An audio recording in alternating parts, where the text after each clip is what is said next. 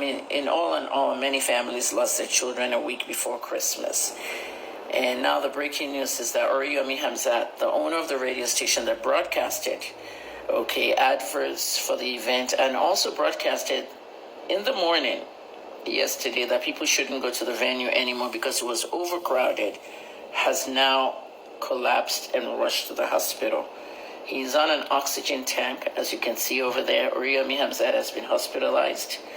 I have to say this to you. There's a lot of people on X mocking him, largely mocking him, thinking that there's nothing wrong with him. It's just disguising, because the Queen has been arrested. Queen Naomi has been arrested along with 6 others. The police made that known to journalists this afternoon, and one of the 6 is the principal of this school, the Islamic school. You can see what's going on here, tribalizing the, tragedy. Yoruba crying Yoruba. Look at that. So now the fights are everywhere on X. This person says Oriyomi Hamzat is an agent of death. Don't whine us. Get up and go take your portion from Kiri or Kuja. I want to laugh, but it's not funny. Where they disguise. Largely they're abusing him. This person is saying prayers for Oriyomi here. Now this one here is very interesting. Things are very suspicious. This type of thing happened to him about a few years ago, and now it's happening in a larger figure. If you don't know Oriyomi Hamzat, the broadcast journalist, investigative journalist, and activist, something happened to Oriyomi when I left Port prison in 2018. And I think it was my second, I was arrested 3 times. It was my first exit out of, Port prison. They released me on June 5th.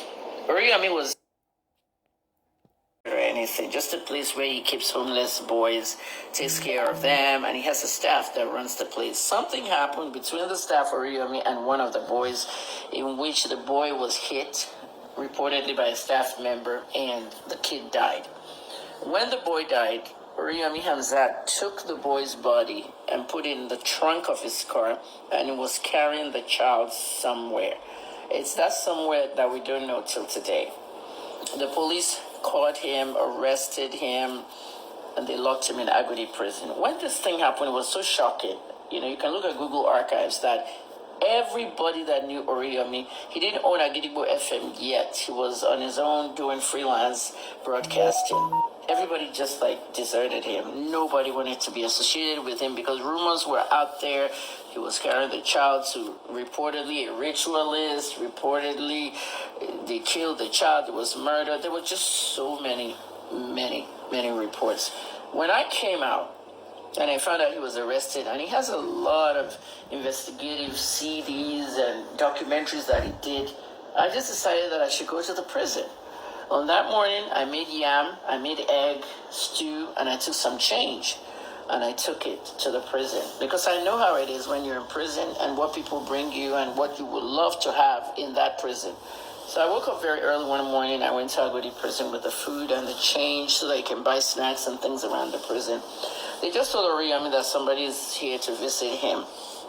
And when they told him it was Kemi Lawyer at the time, I don't know what he thought because I was not really his friend that I knew him in person. I just went out there out of a gesture because the whole industry abandoned him. This is Nigeria for you. Nobody came to that prison to see him. Everybody wanted to distance themselves from him. So I went, I visited him, and he really appreciated everything, and I never heard from him again. But at the end of the day, it was an attorney in Oyo State that was, prosecuting him, and that attorney happens to be my first cousin, Shewa Bimbola. And Shewa Bimbola was the Attorney General of Oyo State at that time. So he was prosecuting Oriyomi for Ajimabi's government. At the end of the day, Shewa came to me and said, Cousin Kevin, please stay away from Oriyomi Hamzat kids because I'm prosecuting him and I know you're a journalist and you're all friends and things. I said, we're not really friends. I just know him as, a broadcaster that I admire his work and I listen to him and all that. But I just decided to go to the prison because I know what I went through in the prison. Even me, at that time, I didn't know I was going to prison the second and the third time. Things happen in life. But eventually, they gave him bail because people were fighting to get him bail. When he got bail, he's Sheyi Makinde's friend. Sheyi ran for governor, and I don't know. I think one of these governors, they just dropped the case on him, and he was pardoned. And I really don't know the fate of the child, what the motive was, but this is what this person is talking about in this tweet, because this I can relate to. A lot of people can't relate to it. It was one kid, and, you know, there are rumors out there, all kinds of horrible, I don't know if they're true rumors, like who built Agadibo FM, who gave him the capital to start it, who, people, you know, the opposition, the PDP, you know, guy, Mackinday and the APC guys, they came with all their narratives. I saw everything on Twitter, trust me. And people were like, oh, Mackinday built the station for him. There's no concrete proof of that. And the reason why they went after him on that was that after he came out from prison, he was cleared. Oriyomi was the one that was doing the social media manager for Sheyi Mackinday's campaign.